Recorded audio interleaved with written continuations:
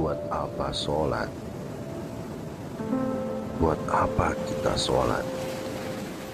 Ya, karena sholat itu banyak manfaatnya, baik untuk segi kesehatan tubuh maupun kesehatan kehidupan sosial bermasyarakat. Pada tahun 1991, saya datang ke toko buku Gramedia yang berada di Salemba, Jakarta. Saya memang membiasakan diri setiap kali ke kota selalu mampir ke toko buku apa saja.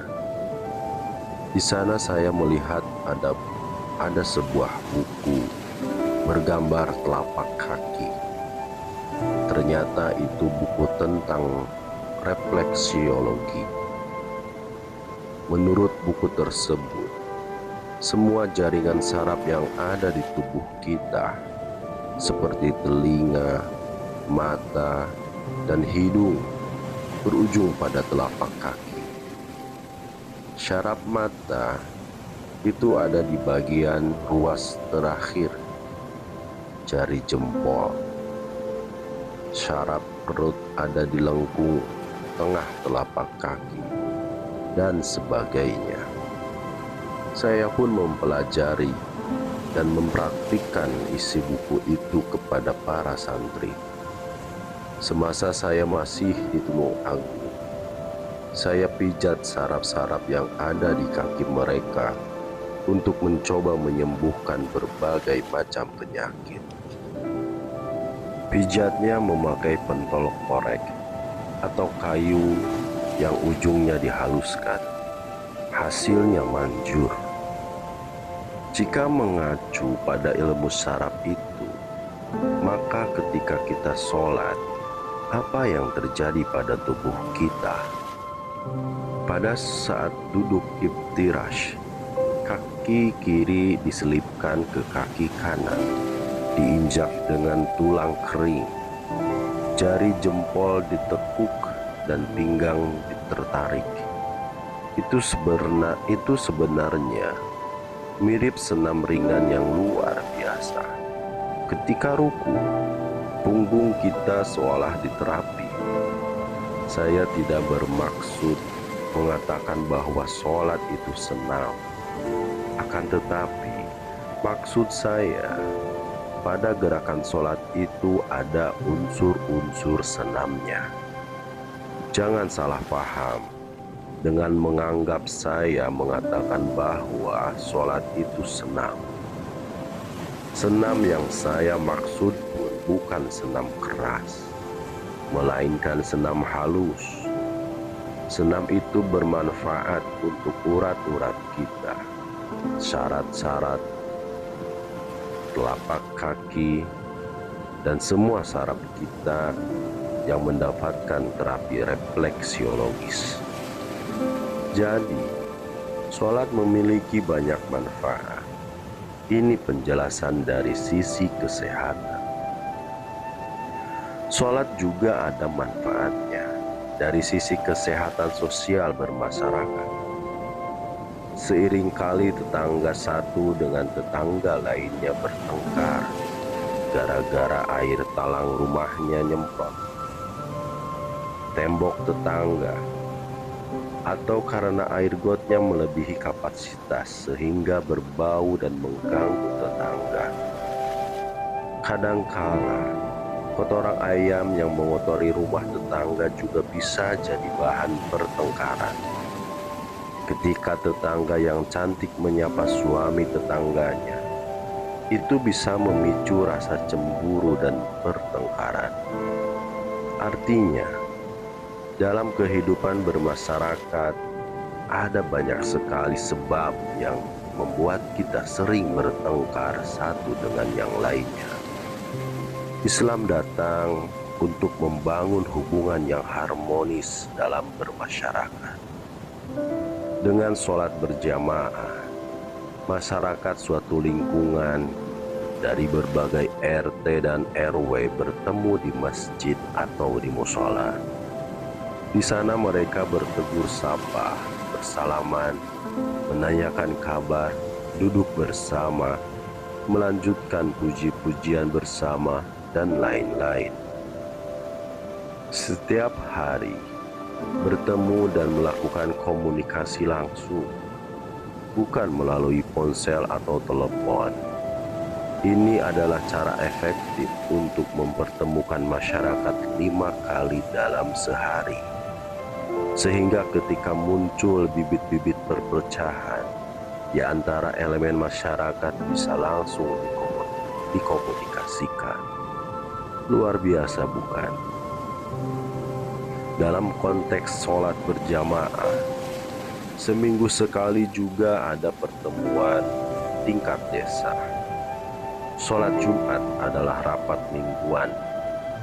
Semestinya yang menjadi imam sekaligus menyampaikan khotbah Jumat itu kepala desa, karena dia pemimpin lingkungan. Khutbah sholat Jumat bisa dimanfaatkan untuk mengurai masalah yang ada di desa.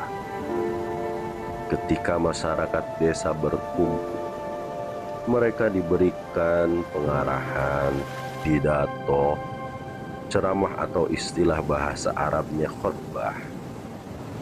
Sebelum sholat diberikan khutbah.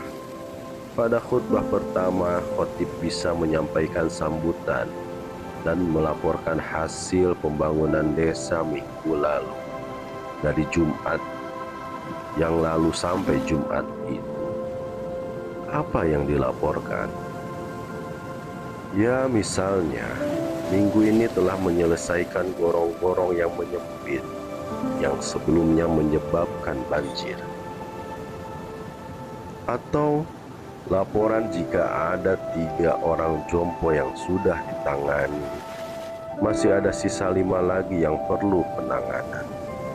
Bisa juga laporan tentang penanganan anak yatim yang putus sekolah, dengan dimintakan dispensasi agar tidak membayar SPP. Semuanya dilaporkan dalam khutbah ini. Tausiah bitaqwa, itu demikian kalimatnya. Usikum binafsi wa iyyakum bitaqwallah. Ketakwaan itu adalah kesejahteraan, kedamaian, kebersamaan, penanggulangan kemiskinan, dan lain-lain.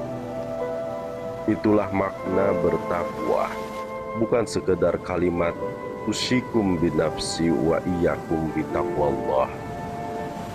Orang yang sakit tidak mampu berobat, ya ditangani dengan patungan bersama warga. Mumpung berkumpul, ada kotak amal berisi sedekah yang bisa dimanfaatkan untuk membantu warga yang sakit.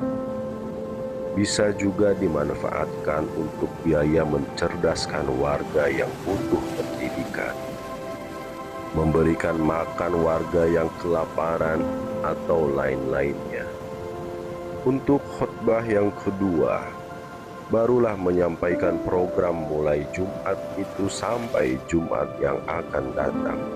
Misalnya, mengecat pagar sepanjang jalan menjelang 17 Agustus, dan lain-lain. Karena kurang paham, orang mengatakan bahwa sholat itu hanyalah ibadah madlah. Karena ibadah madlah, maka murni ibadah kepada Allah. Tidak ada hubungannya dengan sosial, kesehatan, pendidikan. Dari mana madlah dipahami seperti ini? Sekarang ini masih ada banyak masjid yang melarang khutbah menggunakan bahasa Indonesia ataupun bahasa daerah, harus memakai bahasa Arab. Kalau dulu semua khutbah Jumat di masjid menggunakan bahasa Arab, tidak ada yang memakai bahasa Indonesia maupun bahasa daerah.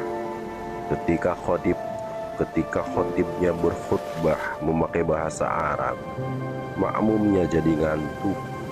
Apa sebabnya? Mereka tidak paham apa yang dikhutbahkan.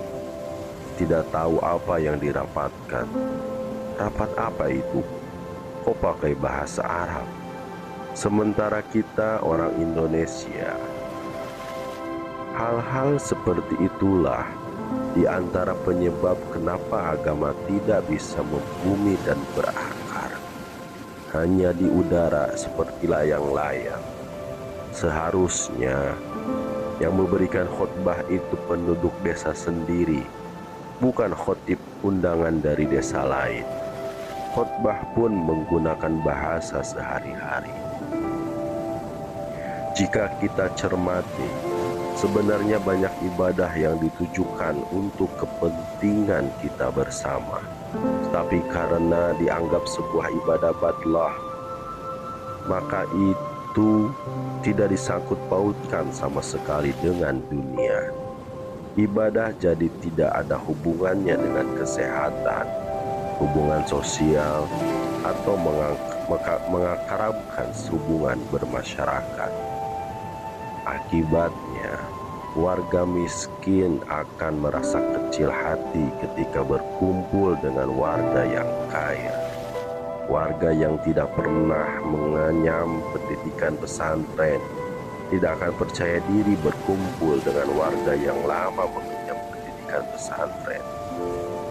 Warga biasa minder ketika berkumpul dengan para pejabat. Nah, sholat berjamaah bisa dimanfaatkan untuk membangun kerukunan semua warga. Setiap hari mereka berkumpul di masjid sebanyak 5 kali. Mereka juga melakukan rapat seminggu sekali pada sholat Jumat. Ada juga rapat umum setahun 2 kali, di mana yang satu bersifat nasional, satunya internasional, yaitu sholat Idul Fitri dan Idul Adha. Kenapa sholat bisa menjadi sarana membangun kerukunan? Sebab masjid itu mengubah jiwa. Siapapun yang masuk ke dalam masjid, maka dia akan lupa keduniawiannya. Orang kaya yang masuk masjid pasti lupa akan kekayaannya. Ketika ada orang miskin duduk di sampingnya, dia tidak akan tersinggung. Orang miskin juga tidak takut berdampingan dengan orang kaya yang di dalam masjid. Kenapa demikian? Sebab di masjid ada aturan. Yang datangnya lebih dulu duduknya di depan, dan datang belakangan duduknya di belakang. Hal ini berbeda dengan acara-acara lain, di mana posisi duduk di dalamnya dibedakan berdasarkan strata sosial. Sedangkan dalam sholat, tidak ada aturan orang kaya harus di depan dan orang miskin harus di belakang. Dengan aturan sholat yang demikian, maka akan terjadi pembauran sosial. Orang kaya dan miskin, pejabat dan warga biasa, yang tampan maupun tidak, apapun itu, mereka semua diposisikan sama. Tidak ada aturan bahwa donatur terbesar masjid bisa memesan tempat tepat di belakang imam. Tidak ada perlakuan khusus di dalam masjid. Semua diperlakukan sama. Itulah pembaruan sosial yang membentuk kohesi yang sangat diperlukan dalam bermasyarakat. Tidak ada gap sosial antara yang kaya dan yang miskin dalam sholat. Sholat itu untuk merendahkan hati di hadapan Allah Subhanahu wa Ta'ala. Itu menunjukkan bahwa keakraban ada dalam sholat. Kenapa ini tidak dijiwai? Sungguh ironis jika orang yang sholatnya rajin, tapi juga rajin bertengkarnya. Ini karena sholat tidak dijiwai. Memperingati Isra Mi'raj itu tidak hanya dengan mengenang peristiwa tersebut, tetapi juga untuk bersyukur kepada kepada Allah Subhanahu wa Ta'ala, sebab kita diberikan kewajiban sholat yang diwajibkan untuk kita demi kebahagiaan kita semua.